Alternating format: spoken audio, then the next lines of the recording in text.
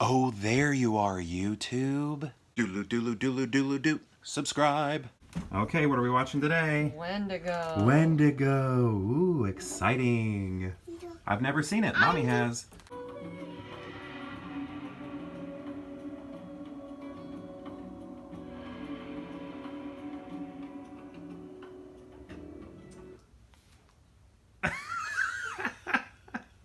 So I almost don't feel right even reviewing this movie because the DVD that we had borrowed from my neighbor, it was skipping a lot. So we weren't able to see a lot of the film because it was just like stuttering, like it would pause and then it would jump like, 10 seconds, then it would go for a minute, then pause, and then, skip ahead for maybe like 2 minutes. And I think the biggest skip was maybe like 10 minutes.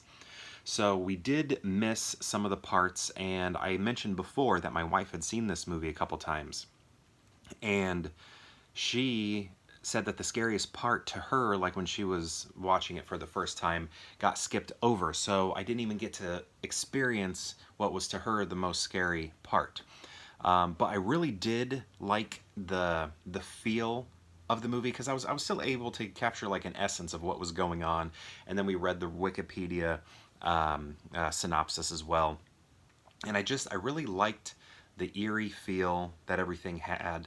It had like a great texture to it that a lot of 90s television shows had, like if you watch the X-Files or even like the Blair Witch Project. That graininess was there, and I thought that was really great.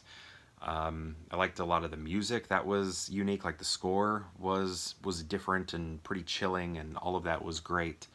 And I guess like some of the drawbacks were the Wendigo itself. Also, I'm wearing a cryptid shirt here because Wendigo is a cryptid, so I figured I'd wear a Mothman shirt.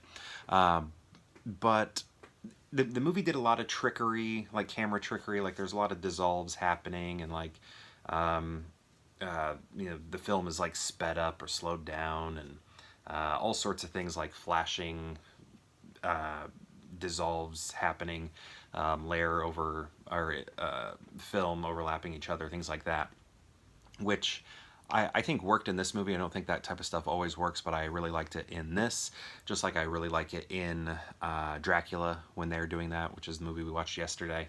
But I do like it in this movie, but and when they are displaying the Wendigo in that fashion, it works because you can't really get a good like grab on him when it comes like visually. You can't really quite tell what he looks like, but sometimes the camera sits on him a little too long and the budget wasn't high enough to create a really good Wendigo.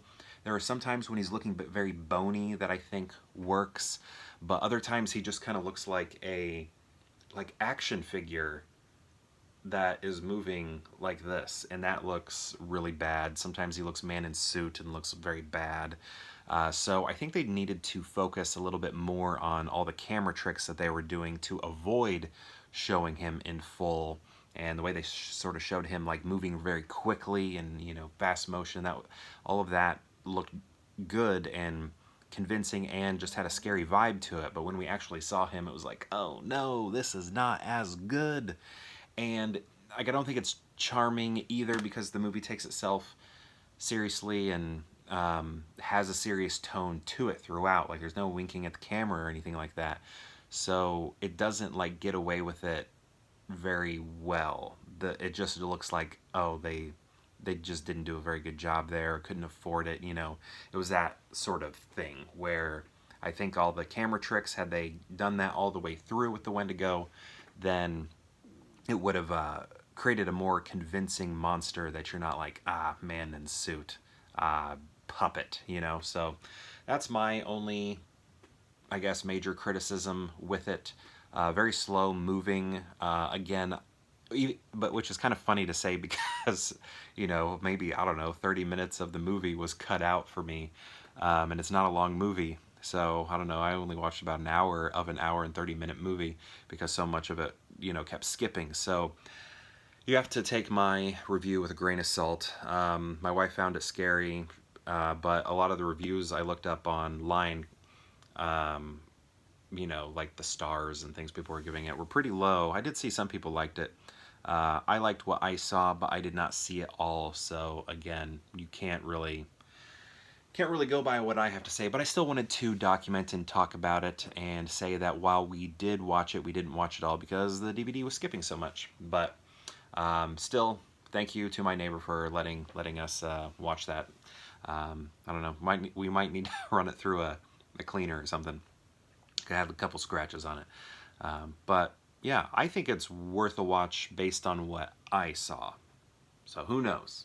Who knows? Also today, which is Halloween Eve, we took the kids on a story time thing. So we all dressed up for that. It was like a Halloween story time at our local bookstore, like a little indie bookstore that we have. So I'll pop in some of that footage right now.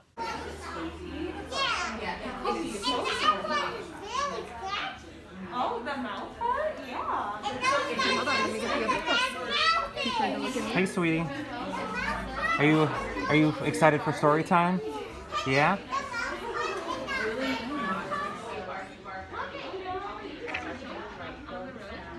You feeling okay? Hey, look at us.